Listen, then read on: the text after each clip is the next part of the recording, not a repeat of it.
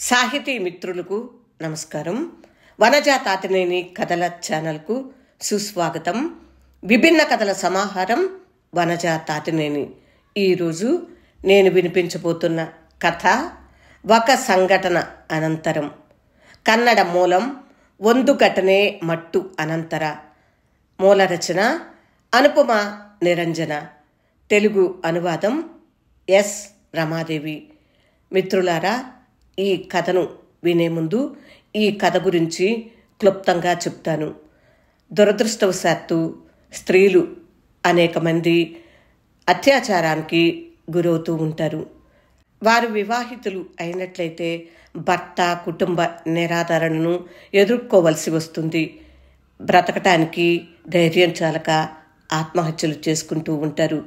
అలాగే వివాహితులు కానివారు కూడా సమాజంలో తలెత్తుకుని తిరగలేక వారే తప్పు చేసినట్లు ఆత్మ న్యూన్యతకు గురై ఆత్మహత్యల పాల్పడుతున్నారు. అలాంటి స్త్రీలకు సందేశాత్మకంగా ఉండే ఈ కథను మీరు పూర్తిగా వినండి. మీ బంధువులకు, స్నేహితులకు వినిపించండి. ఈ కథను వినటం ద్వారా బాధిత మహిళలకు వారి పట్ల సమాజం వ్యవహరించే తీరును మనం వ్యతిరేకించవచ్చు. మనకొక స్ఫూర్తికరంగా ఈ కథ నిలుస్తుంది అనటంలో ఎలాంటి సందేహము లేదు. కథ వినిపించిన తరువాత ఈ కథా రచయిత పరిచయం ఉంటుంది. పూర్తిగా తప్పకుండా వినండి. ఇప్పుడు కథలోకి వెళ్ళిపోదాము. ಒಂದು ಘಟನೆ మట్టు అనంతర. ఒక సంఘటన అనంతరం. అతను మెల్లిగా మెట్లెక్కుతూ తననెవరైనా చూసి పలకరిస్తారేమోనని భయంతో ఆందోళన చెందాడు. పక్కింటి వాళ్లతో మాట్లాడుతూ అక్కడే నిలబడ్డ స్నేహితుడి భార్య తను పైకి రావటం చూడనే చూసింది. మీ ఆవిడ ఎక్కడా? నువ్వొక్కడవే వచ్చినట్టున్నావు. ఆవిడకు జవాబివ్వకుండా తప్పించుకుని రెండో అంతస్తు చేరుకున్నాడు. మనసులోనే కోపంగా, అసలు ఈ ఆరాలన్నీ తీయటానికి ఈవిడికేం పని అనుకున్నాడు. కానీ వెంటనే సాయంకాలం తామిద్దరం కలిసి బయటకు వెళ్ళటాన్ని ఆవిడ చూసిందన్న విషయం గుర్తొచ్చి గంభీరమైపోయాడు. ఆమెకు ఏదో ఒకటి చెప్పి ఉండాల్సింది. ఆవిడ ఏవేవో ఊహించుకోవటం మొదలు పెడితే అక్కడ నిలబడి పనికిరాని కబుర్ల కోసం రకరకాల కథలు అల్లేస్తుందేమో. ఒక్క నిమిషంలో అతను చెమటలో తడిసి మొత్తైపోయాడు. మెట్లెక్కినందుకు ఆయాసం రావటంతో తమ గుమ్మం దగ్గరే నిలబడి అలుపు తీర్చుకున్నాడు. తలెత్తి చూడగానే ఎదురుగా తలుపు మీద తన పేరు చెక్కినట్టున్న తెల్లటి అక్షరాలు పైకి పొడుచుకు వచ్చి తనను ఎదిరిస్తున్నట్టుగా కనిపించాయి. ఏ భావము లేకుండా, అసలు అవేమిటో గుర్తించకుండానే ఆ అక్షరాలను పైకి చదివాడు. ఇది నేనేనా? నేనెంత పనికి మాలిన వాడిని! ఈ బతుకు బతికే కన్నా సముద్రం ఒడ్డున ఆ ఒంటెల్లాగా నడిచిపోతుండటం మంచిది. అప్రయత్నంగా అతని చెయ్యి డోర్ బెల్ వైపు వెళ్ళింది. లోపల ప్రతిధ్వనించిన శబ్దానికి తనలో ఒక్కసారిగా వణుకు మొదలైంది. ఇప్పుడు అమ్మ తలుపు తెరుస్తుంది. ఆమెకి నేనేం చెప్పాలి? ఎండిపోయి నిర్జీవంగా ఉన్న పెదాలను నాలుకతో తడుపుకున్నాడు. గుండె చిక్కబట్టుకుని ధైర్యంగా ఉండటానికి ప్రయత్నించాడు. తలుపు తీసిన తల్లి ప్రశ్నార్థకంగా చూస్తూ లోపలికి రమ్మంది. ఆ చూపులను పట్టించుకోనట్టుగానే తను చెప్పులు విడిచి హాలు దాటి తన గదిలోకి వెళ్ళాడు. కోడలు లోపలికి వస్తుందేమోనని ఆవిడ కొద్దిసేపు గడప దగ్గరే నిలబడింది. కానీ ఎవరూ కనపడకపోవటంతో తలుపు వేసి వెనుదిరిగింది. బాబూ, అమ్మాయి ఏది? ప్యాంటు విప్పుతూనే వాళ్ళ స్నేహితురాలి ఇంటికి వెళ్ళింది అన్నాడు, గొంతులో ఎటువంటి మార్పు కనపడకుండా జాగ్రత్త పడుతూ. సునీత దగ్గరకా? ఆమె లోపలికి వెళ్ళిపోయింది. వంటింట్లో నుంచి గిన్నెల చప్పుడు వినపడగానే అతనిలో మళ్ళీ ఆందోళన మొదలైంది. స్నేహితురాలి దగ్గరికి వెళ్ళాలనుకుంటే పొద్దున పూట వెళ్ళాలి. ఇట్లా రాత్రిపూట ఎందుకు వెళ్ళింది? పైగా సునీత పెళ్ళైన పిల్ల కదా, ఎంత సిగ్గుచెట్టు. ఆమె వెళ్తానంటే నువ్వు మాత్రం అలా విడిచిపెట్టేసి తిరిగి రావటమేనా? నీకేమైనా బుద్ధుందా? నీకేమైనా బుద్ధుందా విడిచిపెట్టేసి తిరిగి రావటానికి? ఈ పదాలే మార్మోగుతున్నాయి వేల లక్షల గొంతుల్లో. నేను ఆమెను విడిచిపెట్టి తిరిగి వచ్చేశాను. ఎక్కడా? బుద్ధి లేక కాదు, నాకు ధైర్యం లేక. టవల్ చుట్టుకుని ఒక్క ఉదుటున బాత్రూంలోకి పరిగెత్తాడు. కన్నీళ్లు కట్టలు తెంచుకున్నాయి. అతని భార్య అడిగింది, ఈ దారిన ఎందుకు తీసుకెళ్తున్నారు? బాగా చీకటి పడింది. అరిచిన సాయం చేయటానికి చుట్టుపక్కలెవరూ లేరు. మరీ అంత పిరికిగా తయారవుకు. మనం స్కూటర్ మీద ఉండగా అంత భయపడాల్సిన అవసరం ఏముంది? ఇది దగ్గర దారి.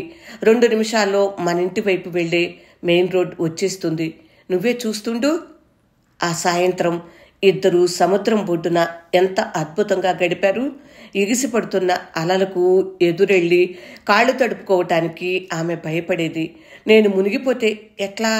నా చేతులు గట్టిగా పట్టుకున్నప్పుడు తెలిసింది నాకు ఆమె వణుకుతోందని. ఆమెను పైకెత్తి ముద్దులతో ముంచెత్తాలని తను ఎంతగా అనుకున్నది గుర్తుకు తెచ్చుకున్నాడు. దూరంగా మరో జంట నీళ్లల్లో ఇంకా లోతుకు వెళ్లి ఆడుతున్నారు. తరుముకు వస్తున్న అలలతో పాటు కొందరు మగపిల్లలు వేగంగా మునకలేస్తున్నారు. ఒడ్డున చిన్నపిల్లలు గుర్రాలతో ఆడుకుంటున్నారు. వాళ్ల ఆనందానికి సముద్రపు కేరింతలు తోడయ్యాయి. ఈ ప్రపంచంలో విషాదమే లేదనిపించింది. చివరికి సూర్యాస్తమయం అయ్యింది. చుట్టూతా చీకటి ఆవరించింది. ఇంక బయలుదేరుతాం. వెళ్లే ముందు బేల్పూరి ఐస్ క్రీం. అతను ఐస్ క్రీం తింటూ ఆనందంలో తేలిపోయాడు. విశాలమైన ఆమె కళ్ళు, ఎత్తైన వక్షోజాలు అతన్ని తొందరగా ఇంటికి తిరుగుముఖం పట్టేలా ప్రేరేపించాయి. దాని ఫలితమే అడ్డదారి. బాత్రూంలో నుంచి బయటపడ్డాడు. తల్లి ముందుకు వెళ్లి ముఖం చూపించటానికి ధైర్యం లేకపోయింది. తల్లి తనను నమ్మిందా అని ఆశ్చర్యపోయి పక్క మీద నడుం వాల్చాడు. వచ్చి భోంచెయ్యి. తినాలని లేదమ్మా, తన స్నేహితురాలి ఇంట్లో చాలా తిన్నాం. మీరు సునీత వాళ్ళ ఇంటికి కూడా వెళ్ళారన్నమాట. ఆ ముక్క నాతో ఎందుకు చెప్పలేదు? నేనింకా ఆమెను మీరు బీచ్ దగ్గర కలుసుకున్నారనుకున్నా. నేను చెప్పిన మాటలు అమ్మ నమ్మలేదన్నమాట. ఆ విషయం నన్ను అడుగుతున్న ప్రశ్నలను బట్టే తెలిసిపోతుంది. చటుక్కున లేచి బాల్కనీలోకి వెళ్ళాడు. ఎదురుగా ఉన్న పెద్ద భవంతికి ఎన్నో కిటికీలు. రాత్రి కావటంతో అవన్నీ మూసి ఉన్నాయి. ఒక బాల్కనీలో భార్యాభర్తలిద్దరూ పక్కపక్కనే నిలబడ్డారు. భర్త ఆమె భుజాల చుట్టూ చెయ్యి వేసి చెవిలో ఏదో చెబుతున్నాడు. అది చూస్తూ ఒంటరిగా నిలబడ్డ అతని శరీరం కంపించింది. ఆప్యాయత, ప్రేమ, కోరిక, ముద్దాడటం, కౌగులించుకోవటం, అప్పుడు కలవటం, వీటిని తను సృష్టిలోని అద్భుత అంశాలనుకున్నాడు. కానీ ఒక్కసారిగా అవన్నీ వాటి అర్థాన్ని కోల్పోయి డొల్లగా, నీడలా కనపడ్డాయి. అతడు వెనుదిరిగాడు. బాల్కనీ తలుపు వేసి గబాల్న పక్క మీదకు ఒరిగిపోయాడు. ఒకప్పుడు ఆ మంచం సుఖాల నిధి. కానీ ఇప్పుడది బద్దలవుతున్న అగ్ని పర్వతం. తను ఆ మంటల్లో కాలిపోతున్నట్టు అనిపించి ముఖాన్ని దాచేసుకున్నాడు. ఆ మసక చీకట్లో ఎవరో లావుపాటి మనుషులు స్కూటర్ ఆపారు. వాళ్ల గొంతులు కటువుగా ఉన్నాయి. వాళ్లలో ఒకడు అతని భార్యను కిందకు లాగాడు. ఎవరది? వదులు! ఆమె చీకట్లో కేకలు పెడుతోంది. అతను ముందుకు పరిగెత్తుకొచ్చాడు. మొహం మీద బలంగా పిడికిలి దెబ్బ పడింది. ఒక్క క్షణం కళ్ళు బైర్లు కమ్మి కింద పడిపోయాడు. స్పృహ వచ్చేప్పటికీ దూరం నుండి భార్య ఆర్తనాదాలు వినపడుతున్నాయి. వెనుక గుడిసెలాంటి ఆకారం లీలగా కనపడుతోంది. లేచి నిలబడటానికి ప్రయత్నం చేశాడు. కానీ కొన్ని చేతులు తనని గట్టిగా కదలకుండా నొక్కి పెట్టాయి. స్కూటర్ ఎక్కి పో, గట్టిగా అరిచావో చంపేస్తాం. కొత్త మనిషి చేతిలో తళతళలాడుతున్న కత్తి చూస్తూనే తన గొంతు తడారిపోయింది. కాళ్ళల్లో వణుకు మొదలైంది. సరాసరి ఇంటికి పో. పోలీసులను తీసుకురావటానికి ధైర్యం చేసావో నీ భార్యని పొడిచి పారేస్తాం. ఈ పరిస్థితుల్లో ఆమెను రక్షించాలనుకోవటం కొత్త ప్రమాదాన్ని కొని తెచ్చుకోవటమే అవుతుంది. అందుకని తన్ను తాను రక్షించుకోవటానికి ఇంటికి పరుగెత్తుకెళ్ళాడు. తను మంచం మీద అటూ ఇటూ దొర్లుతున్నాడు. అతని తల్లి వంటగదిలో పని పూర్తి చేసుకుని కిటికీ గడవేసింది. కొద్దిసేపట్లో హాలులో పరుపు పరుచుకుని పడుకుని మరుక్షణం గురక పెట్టడం మొదలుపెట్టింది. నేను పోలీసుల దగ్గరకు వెళ్లాల్సింది. ఒక్క క్షణం అతని మనసులో ఆలోచనలు ముసురుకున్నాయి. భార్య రూపం కళ్ల ముందు నిలబడింది. తను పూర్తిగా సంతృప్తి చెందిన రోజున ఆమె లేకుండా తన జీవితాన్ని ఊహించడమే కష్టమనుకునేవాడు. మరిప్పుడు ఒక్కసారిగా ఇలా. నేను వెళ్ళి పోలీసులకు చెప్పి ఉంటే ఆమెను చంపేసి ఉండేవాళ్లేమో. అయినా ఇప్పుడు ఆమె బతికి మాత్రం ఉపయోగం ఏమిటి? ఒకవేళ ఆమెను రక్షించటానికి నేను పరుగెత్తి ఉంటే ఆ కత్తి నా గుండెల్లో దిగబడిపోయేది. నాకు వీరమరణం దక్కేది. ఇద్దరం చనిపోతే పోయామనుకోవటానికైనా మేమెంత ధైర్యవంతులమో ఈ ప్రపంచానికి తెలియచెప్పటం మినహా వేరే సాధించేదేముంటుంది? బతకగలిగితే ఏదైనా సాధించవచ్చు. ఆలోచనలు ఒక్క క్షణం అతన్ని సిగ్గుపడేటట్టు చేశాయి. అతడు పక్కకు తిరిగాడు. కౌగిట్లో ఒదిగిపోయేందుకు భార్య తన వైపు వస్తున్నట్టనిపించింది. ఆమె ఇక్కడికెలా రాగలిగింది? ఈ పాటికి అక్కడ ఆ గుడిసెలో నిస్పృహతో జుట్టు పీక్కున్నాడు. ఒకప్పుడు ఆమె చుంబనాలను ఆలింగనాలను పదిలంగా దాచుకున్నాడు. కానీ ఇప్పుడు అవన్నీ అర్థాన్ని కోల్పోయినట్టు నిస్సారంగా కనపడ్డాయి. అతను లేచాడు. దీపం ఇంకా వెలుగుతూనే ఉంది. హాలులో నుండి తల్లి గురక వినపడుతుంది. బట్టల స్టాండ్ మీద నుంచి ఫ్యాంట్ తీసుకున్నాడు. ఆమెను రక్షించేందుకు తన స్నేహితుడిని తీసుకుని అక్కడికి వెళితే ఎలా ఉంటుందన్న ఆలోచన వచ్చింది. పరధ్యానంగా అద్దంలోకి చూసుకున్నాడు. తన మొహాన్ని తానే గుర్తించలేని పరిస్థితి. ఆ స్నేహితుడు రానంటే, పైగా ఆ రహస్యం అతనికి తెలిసిందంటే బంగ్లాలో ఉన్న మొత్తం 20 కుటుంబాలకు తెలిసిపోయినట్టే. ఆ తర్వాత నేను వాళ్లకు ముఖం చూపించగలనా? ఆ స్నేహితుని సహాయం అడగకూడదని నిర్ణయించుకున్న తర్వాత తను మళ్లీ మంచం మీద వాలిపోయాడు. జరిగింది అంతా తెలిసి కూడా పూర్వంలాగే ఆమెను ప్రేమించగలనా? అసంభవం అనుకున్నాడు. కారణం ఆమె తన పవిత్రతను పోగొట్టుకున్నదనేనా? మరి నా గురించేమిటి?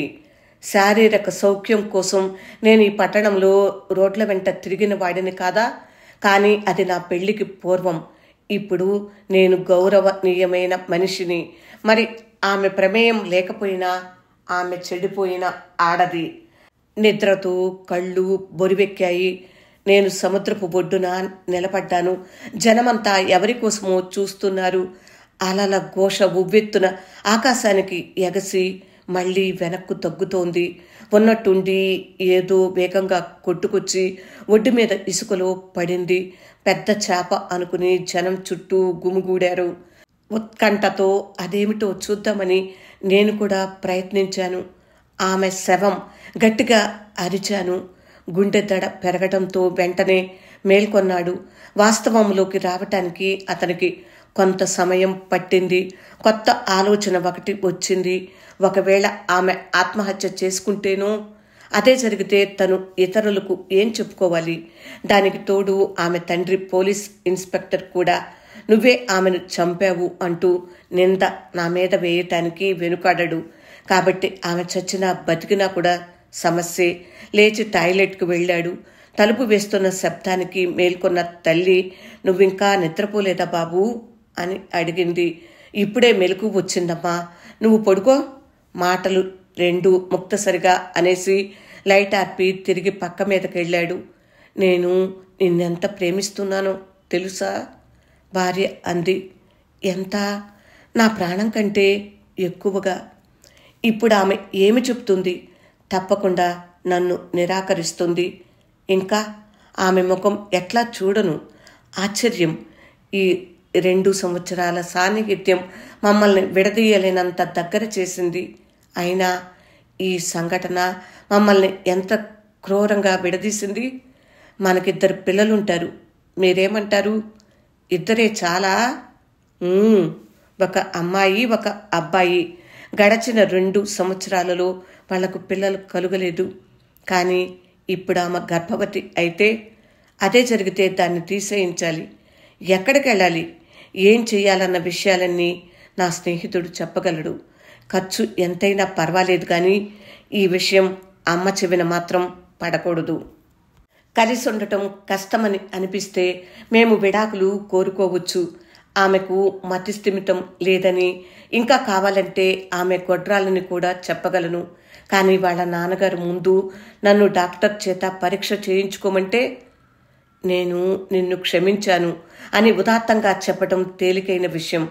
అలా చేస్తే ఆమె నా పట్ల ఇంకా కృతజ్ఞతాభావంతో కూడా ఉంటుంది. అప్పుడు మళ్ళీ మేం ముసుగులు వేసేసుకుని ఒకరినొకరం మోసం చేసుకుంటూ ఉండవచ్చు. అకస్మాత్తుగా కడుపులో ఏదో దేవినట్లు అనిపించింది. ఇంకా తెల్లవారలేదు. ప్రపంచం మరోసారి బలవంతంగా దినచర్యల్లోకి నెట్టబడుతుంది. ఆమె ఆటో రిక్షా దిగి పొంచి చూసే కళ్ళను తప్పించుకోవటానికి వేగంగా నడుస్తోంది. ఆమె మెట్లెక్కుతున్నప్పుడు కాళ్ళు చచ్చుబడినట్టు అనిపించింది. తొడలలో భరించలేని బాధ. మెట్లకు రెండు వైపులా ఉన్న కమ్మీలను గట్టిగా పట్టుకుని మానసిక వ్యధతో మేడపైకి చేరుకుంది. భర్త ఆమెకు వెనుక నుండి ఆసరా ఇవ్వటానికి ప్రయత్నించినప్పుడు నన్ను ముట్టుకోవద్దు అందామె. ఆ గొంతులో ఎంతో తిరస్కార భావం, కోపం ధ్వనించింది. వాళ్ళు పైకి ఎక్కడం బాల్కనీ నుండి చూసిన తల్లి తలుపు దగ్గరకు ఎదురొచ్చింది. కోడలి రేగిపోయిన జుట్టు, మట్టి కొట్టుకుపోయి మరకలంటిన చీరను చూసి ఆతృతగా భగవంతుడా ఏమిటిదంతా అని అడిగింది. కోడలు ఏ సమాధానమూ చెప్పకుండా తలంచుకుని వెళ్ళిపోయింది. కొడుకు రోడ్డు మీద ఎద్దు అడ్డు వచ్చింది. నేను గబాల బ్రేక్ వేయటంతో తను కింద పడిపోయింది అని జవాబిచ్చాడు. ఎద్దా? మీ ప్రాణాలు పోయుంటే ఏమయ్యేది? కోడలు స్టాండ్ మీద తన బట్టలు లాక్కొని స్నానాల గదిలోకి పరుగు పెట్టింది. హీటర్ వేసి కుళాయి తిప్పింది. సలసల కాగే వేడి నీళ్లు బకెట్లో పడుతున్నాయి. స్నానం చేసేందుకు పీట మీద కూర్చోగానే కళ్ళ వెంట నీళ్లు దారాలు కట్టాయి.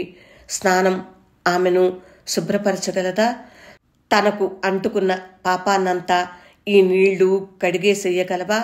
నిజానికి ఆ పని తాను చేయలేదు. కానీ మచ్చ జీవితాంతం అలాగే. ఆ ఆర్తనాదాలు నా గొంతు బొంగురు పోయేలా చేశాయి. అంతెందుకు, అప్పుడు నన్ను చూసి బండరాళ్లు కూడా కనికరించి నా మీద జాలి చూపించేవి. రోజు నేను కొలిచే దేవుడు ఏమయ్యాడు? అయినా నా ప్రియాతి ప్రియమైన భర్తే వేసమెత్తు స్పందించకుండా పారిపోయినప్పుడు నేను ఇంకెవరి నుండి సహాయాన్ని ఆశించగలను? ఆమె వెక్కి వెక్కి ఏడ్చింది. దుమ్ము కొట్టుకుపోయిన బట్టల్ని ఒక మూల పెట్టి తన శరీరం వంక చూసుకుంది. ఇది నేనేనా? సున్నితమైన తన తెల్లటి చర్మం మొరటు గాయాల కారణంగా నల్లగా కమిలిపోయింది. తొడలు పూర్తిగా నలిగిపోయాయి. మానం నుండి ఇంకా రక్తం వస్తూనే ఉంది. వేడి నీళ్లు ఒంటికి తగలగానే ఒక నిశ్శబ్ద ఆర్తనాదం పెదవుల మీదకు వచ్చింది. దేవుడా, నా జీవితానికి అర్థం ఇంకేమైనా మిగిలి ఉందా? గుడిసె నుంచి చూస్తున్నప్పుడు దూరంగా సముద్రం చేతులు చాచి తననే ఆహ్వానిస్తున్నట్టు అనిపించింది. ఆ చేతుల్లో ఒదిగిపోతే ఓదార్పు, ఉపశమనం దక్కుతాయనిపించింది. కానీ అంత దూరం వెళ్లే ఓపిక లేకపోతే తను ఈ పాటికి సముద్రం అట్టడుగున ప్రశాంతంగా సమాధి జీవితాన్ని బట్టలు వేసుకోవటం మొదలుపెట్టింది. బయట తల్లి కొడుకును అడుగుతుంది, నువ్వు ఆఫీస్కు వెళుతున్నావా? అవును, వెళ్ళాలి. నాకు సెలవు లేదు ఉండటానికి. మనసు శరీరము పగిలి ముక్కలై నెత్తురోడుతున్న ఆమె భర్త ఇంటి దగ్గరే ఉంటాడని ఆశించి ఉంటుంది. కనీసం ఆ పని అయినా చేయకపోగా అతను దూరంగా పారిపోవటానికి చూశాడు. పెళ్ళాన్ని రక్షించలేనివాడు అతనే మగాడు. ప్రాణాలకు తెగించి అయినా అతను ఆ ముసుగు మనుషులతో పోరాడి ఉండాల్సింది. ఆ పని చేసి ఉంటే నాకు అతని మీదున్న గౌరవం సడలిపోయేది కాదు. అతను చనిపోతే అతని జ్ఞాపకాలతోనైనా బతికేదాన్ని. ఆమె బయటకు వచ్చింది. ఎదురుగా భర్త. అద్దం ముందు నిలబడి గడ్డం చేసుకుంటున్న అతని రూపం ఆమెకు పూర్తిగా కొత్తగా అనిపించింది. నిజానికి తన భర్త అనేవాడు ఆ గుడిసె దగ్గరే తుది శ్వాస విడిచాడనిపించి ఒక్క క్షణం తడబడింది. గడ్డం చేసుకోవటానికి సబ్బు నురక పట్టించిన అతని ముఖం చూడటానికి కుందేలులా ఉంది. ఆమె తనను తాను పడక మీదకు లాక్కుంది. స్నానం చేసిన తర్వాత కూడా కోడలు వంటింట్లోకి రాకపోవటంతో ఆశ్చర్యపోతూ అత్తగారి వాళ్ళ గదిలోకి వచ్చింది. ఏమైంది? ఒంట్లో బాగుండలేదా? కోడలి నుదుటి మీద చెయ్యి వేసి చూసింది. జ్వరం ఉన్నట్టుందే, డాక్టర్ దగ్గరికి వెళ్ళకూడదు? అతను జాగ్రత్తగా గడ్డం చేసుకుంటూ, అంత అవసరం లేదులే, దెబ్బ తగిలిందిగా, దానివల్ల జ్వరం వచ్చి ఉంటుంది, రేపటికి అంతా బాగవుతుంది అన్నాడు. కొన్ని నెలల కిందటి జ్ఞాపకాలు అనుకోకుండానే ఆమె మనసులోకి జ్వరబడ్డాయి. ఆ రోజు తను తలనొప్పిగా ఉందని చెప్పిన మరుక్షణం భర్త ఆందోళనగా, డాక్టర్ దగ్గరికి పోదామా అన్నాడు. కంగారు పడ్డాడు. తలనొప్పికే డాక్టర్ దగ్గరగా? ఒక ఆస్పిరిన్ బిళ్ళ తిండి చాలు. వెంటనే మందుల షాపుకు పరిగెత్తాడు. నేను ఈరోజు ఆఫీస్కి వెళ్ళను అని ఇంట్లోనే ఉన్నాడు. మరి ఇప్పుడు ఒక్క రాత్రిలో సంబంధాలు ఏ విధంగా విచ్ఛిన్నమైపోతాయి? భార్య, భర్త, ప్రేమ, బంధం, వీటికి అర్థం ఏమిటి? ఎవరైనా సరే సుఖంగా ఉన్నప్పుడు దగ్గరై, బాధలు ఎదురైనప్పుడు తప్పించుకుని పారిపోయే ప్రయత్నం చేస్తుంటే ఇంకా జీవితానికి విలువేముంటుంది? అత్తగారు బలవంతం చేయటంతో కొంచెం కాఫీ తాగింది. వెంటనే నిద్రలోకి జారిపోయింది. శరీరం నుంచి ఒక్కో అవయవం ఊడిపోతున్నట్టుగా ఒళ్ళంతా ఒకటే నొప్పి. ప్రశ్నే లేదు. నేను ఈ పిరికివాడితో బతకలేను. అతను మాట మాత్రంగా కూడా ప్రేమ చూపించలేదు. పోనీ క్షమించమని అయినా అడిగాడా? చీ, అతని మొహం చూస్తుంటేనే అసహ్యం వేస్తుంది. బంధనాలు తప్పవనుకోవటానికి నాకేమీ పిల్లలు లేరు. నేను నా పుట్టింటికి వెళ్ళిపోయి ఏదో ఒక బతుకు తెరువు చూసుకోగలను. ఈ మనిషి దొంగ చూపులకు ఏవగింపు కలుగుతోంది. అతను ఆఫీస్కు వెళ్ళిపోయాడు. కొద్దిసేపట్లో పని మనిషి వచ్చింది. బట్టలు ఉతుకుతూ ఉన్నట్టుండి బాత్రూంలో నుంచి పెద్దగా అరిచింది. అమ్మా, లోపల లంగా నిండా రక్తం మరకలున్నాయి. ఏమైంది? నేను పడిపోయాను. ఎక్కడి నుండి? ఆకాశం నుండి పాతాళానికి. ఇంకా ముందుకు వెళ్లకుండా ఆమె తనంతట తానే ఆపేసింది. ఆ లంగాని నేనే ఉతుక్కుని ఉండాల్సింది. పని మనిషి తప్పకుండా ఇరుగు పొరుగు వాళ్ళందరికీ చెబుతుంది. అయినా ఎవరైనా ఈ మరకలను కడిగేసినంత తేలికగా పాపాల్ని తుడిచేయగలరా? మురిగిపోవటానికి పని మనిషి బట్టలను బాదటం మొదలుపెట్టింది. ఈ చిన్న ఇంట్లో ఆ బాదుడు శబ్దం ప్రతిధ్వనిస్తుంది. ఆ మరకలు పోయేవి కావు, ఎప్పటికీ ఉండిపోతాయి. అలసటతో తను వెనక్కు వాలిపోయింది. వంట పూర్తయ్యాక అత్తగారు తన దగ్గరికి వచ్చింది. మీరు సరాసరి ఇంటికి వచ్చినట్లయితే ఇదంతా జరిగేది కాదు కదా. మీ స్నేహితురాలి ఇంటికి ఎందుకు వెళ్లాల్సి వచ్చింది? వాస్తవంగా ఏం జరిగిందో ఆమెకు చెప్పేయనా? ఒక్క క్షణం తనలో తనే చర్చించుకుంది. చెప్పినా బహుశా ఆమె నమ్మకపోవచ్చు. నమ్మితే మాత్రం ఆమె కంపించిపోతుంది. ఒకే ఒక్క కొడుకు, అతని భార్యకు ఇదెలా జరిగింది? ఇప్పుడు ఈ కుటుంబం ఏమవుతుంది? ఆమె బాధపడుతుంది, ఏడుస్తుంది, ఈ స్థితికి దుఃఖిస్తుంది. అప్పుడు తన కొడుకు కోసం అవన్నీ పక్కకు పెడుతుంది. వాడిపోతున్న ఓ జీవితం మళ్ళీ గౌరవప్రదమైన దుస్తులతో అలంకరించబడుతుంది. భోజనం చేస్తావా? పొద్దున కూడా నువ్వేమీ తినలేదు. అవును, ఆకలి వేస్తుంది, కానీ మనసులో మదన పడటం తగ్గలేదు. అత్తగారు కూడా కొత్త వ్యక్తిలా కనపడుతోంది. ఆమె 4 మెతుకులు కెలికి లేచింది. మరో కొత్త అనుమానం మనసులో విపరీతంగా తొలుస్తుంది. తాను గర్భవతి అయితేనో? లేదు, అలా ఎన్నటికీ జరగదు. పాపపు ముద్దను తొలగించడానికి డాక్టర్ సాయం చేస్తారు. కానీ అప్పుడు మొత్తం కథంతా బయటికి వస్తుంది. చిరిగిన మానం, వాచిన తొడలు. ఏం జరిగింది? ఆయన గుర్తించలేడా? తెలుసుకుని ఆయన నాకు చికిత్స చేయటానికి నిరాకరిస్తే? పోనీ పోలీస్ కేసు? అప్పుడు ఈ పట్టణం మొత్తానికి తెలిసిపోతుంది. మంచిది, నేనే ఇంటి మీద నిలబడి ఇది ఈ గౌరవనీయమైన పట్టణంలో నివసిస్తున్న ఓ స్త్రీ కథ అని గట్టిగా అరచి చెబుతా.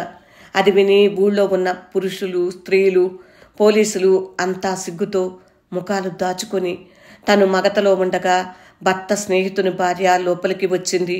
నీకు బాగుండలేదా? నేను సాయంత్రం అంతా ఎక్కడున్నావు? ఎంత అడిగినా నీ భర్త నుండి ఒక్క మాట కూడా రాబట్టలేకపోయాను. సమాధానంగా పెదవి విరిచి నిర్లిప్తంగా నవ్వింది. పని మనిషి ఇప్పుడే వెళ్ళింది. ఇవాళ ఉతకటానికి మీ ఇంట్లో మురికి బట్టలు చాలా ఉన్నాయని చెప్పింది. కొంపతీసి ఈమెకు తెలిసిపోయిందా? భయంతో అనుమానంతో తను వెనక్కి వాలిపోయింది. భయం అంతకంతకు పెరిగిపోతుంది. ఇప్పుడేం చెయ్యాలి? ఇదంతా మనసులో ఏ మూలకు నెట్టేసి మళ్ళీ ప్రేమ నాటకాన్ని మొదలు పెట్టనా? ప్రేమంటే కేవలం సెక్స్ మాత్రమేనా? అదే అయితే నేను దాంతో విసిగి వేసారిపోయాను. వీటన్నింటి నుంచి బయటపడటానికి తేలికైన మార్గం ఒక్కటే, చావు. సముద్రపు అలల మీదుగా నడుచుకుంటూ స్వర్గాన్ని చేరుకోవటం. అదే అసలైన విముక్తి. భర్త ఇంటికి వచ్చేటప్పటికి సూర్యుడు వాలిపోతున్నాడు. పరాయి వాడిలా బెదురుగా ఇంట్లో అడుగుపెట్టి బట్టలు మార్చుకుని వంటింట్లోకి వెళ్ళాడు. టీ తాగుతూ ఆమె ఎలా ఉంది అని తల్లిని అడిగాడు. పడుకునే ఉంది, చూడలేదా? తల్లి కొడుకులు మళ్ళీ పొద్దున సంభాషణ వైపు వెళ్లారు. కొద్దిసేపటికి అతను రేడియో సాహచర్యంతో హాలులో విశ్రమించాడు. మంచం మీద దొర్లుతూ ఆలోచించింది. మా నాన్నగారికి టెలిగ్రామ్ ఇవ్వాలి. ఆయన ఉన్నది పోలీస్ డిపార్ట్మెంటులో కదా. ఇక్కడికి వచ్చారంటే ఆ దుర్మార్గులను వెతికి పట్టుకుని శిక్షిస్తారు. ఈ పిరికివాడు చెయ్యలేనిది నాన్న చెయ్యగలరు. చీకటి పడింది. అతను మాట్లాడకుండా పక్క మీద ఒక చివరకు పడుకున్నాడు. అతను ఎక్కడ నిద్రలోకి జారిపోతాడోనని ఆమె భయపడింది. మెల్లిగా మనసుని స్థిరపరుచుకుని పెదవి విప్పింది. ఏదో ఒకటి చెప్పండి. మనం ఇప్పుడు ఒక నిర్ణయానికి రావాల్సి ఉంది. అవునా? ఇప్పుడు నిర్ణయించటానికేముంది? దీనర్థం ఇదే ముగింపు అనే? జవాబు రాలేదు. ఇద్దరి మధ్య నిశ్శబ్దం నిద్రపోయింది. అతను రాత్రంతా కునుకు లేకుండా చికాకుగా గడిపాడు. తెల్లవారుతుండగా మాత్రం ఘోరంగా నిద్రపోయాడు.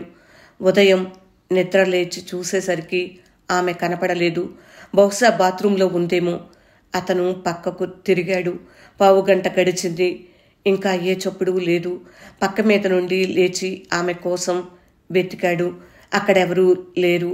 అతని గుండె వేగంగా కొట్టుకుంది. ముందు తలుపు వంక చూశాడు. గడియ కిందికి వేళ్లాడుతూ అతని భయాన్ని రూఢీ చేసింది. ఆమె వెళ్ళిపోయింది.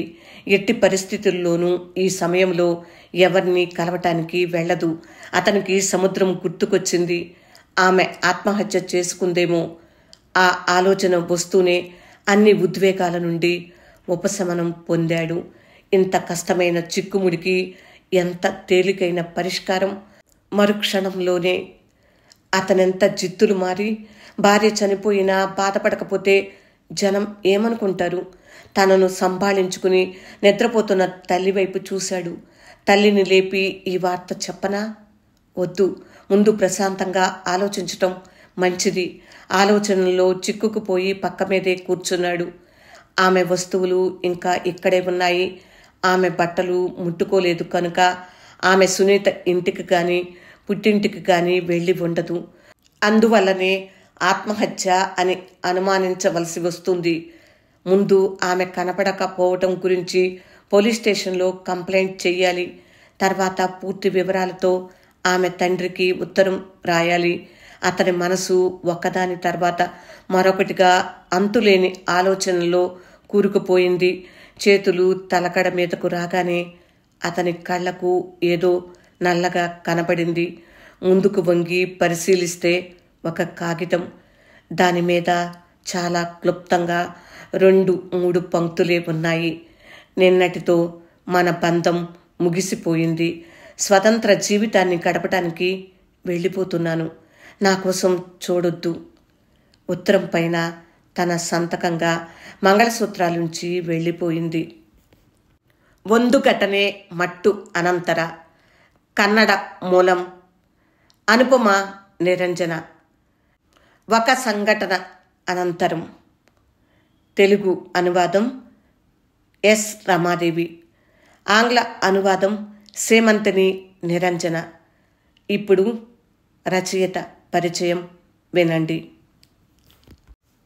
అనుపమ నిరంజన ఈమె వృత్తిరీత్యా వైద్యురాలు. కన్నడ సాహితీ రంగంలో విశేష స్థానముంది. 20 పెద్ద నవలలు, 8 కథా సంకలనాలు వెలువరించింది. వీటితో పాటు మహిళల ఆరోగ్య సమస్యల గురించి బహుళ ప్రజాదరణ పొందిన పుస్తకాలనేకం రాసింది. చిన్ననాటి నుంచి కూడా ఆమె కుటుంబంలో కొడుకులను కూతుళ్లను భేదభావంతో వివక్షతతో చూడడంపై సమరం సాగిస్తూనే పెరిగింది. 1956లో మైసూర్ మెడికల్ కాలేజ్ నుంచి మెడిసిన్లో పట్టా తీసుకుంది. అదే సంవత్సరం తల్లిదండ్రుల అభీష్టానికి వ్యతిరేకంగా ప్రముఖ కన్నడ రచయిత నిరంజనను వివాహమాడింది. అనుపమ నిరంజన రాసిన తొలి పెద్ద నవల మాధవి 1976లో ప్రచురితమైంది. దీనికి మహాభారతంలోని ఒక ఘట్టం ఆధారం. 1978లో కర్ణాటక సాహిత్య అకాడమీ అవార్డు, అదే సంవత్సరం సోవియట్ ల్యాండ్ నెహ్రూ అవార్డు, 1987లో నంజనగూడు తిరుమలాంబ అవార్డుతో పాటు అనేక పురస్కారాలను అందుకున్నారు. 1980లో రాసిన ಒಂದು ಘಟನೆ మట్టు అనంతర అనే కథకు తెలుగు అనువాదం మీరిప్పుడు విన్నారు కదా. ఈ కథ మీకు నచ్చిందా? నచ్చినట్లయితే లైక్ చేయండి. ఇంకా మీ బంధువులకు మిత్రులకు షేర్ చేయండి. ఇంకా నా ఛానల్ను సబ్స్క్రైబ్ చేయనట్లయితే సబ్స్క్రైబ్ చేయండి. ఇలాంటి విభిన్నమైన కథలెన్నో ఈ ఛానల్లో పొందుపరిచి ఉన్నాయి. మరో 2-3 కథలను కూడా వింటూ మీ స్పందనను కామెంట్ బాక్స్లో తెలియజేస్తారు కదూ. మళ్ళీ మరొక విభిన్నమైన కథతో రేపే వచ్చేస్తాను. అప్పటి వరకు సెలవు. మరి విభిన్న కథల సమాహారం వనజ తాతినేని. పూర్తిగా విన్నందుకు హృదయపూర్వక ధన్యవాదములు. నమస్తే.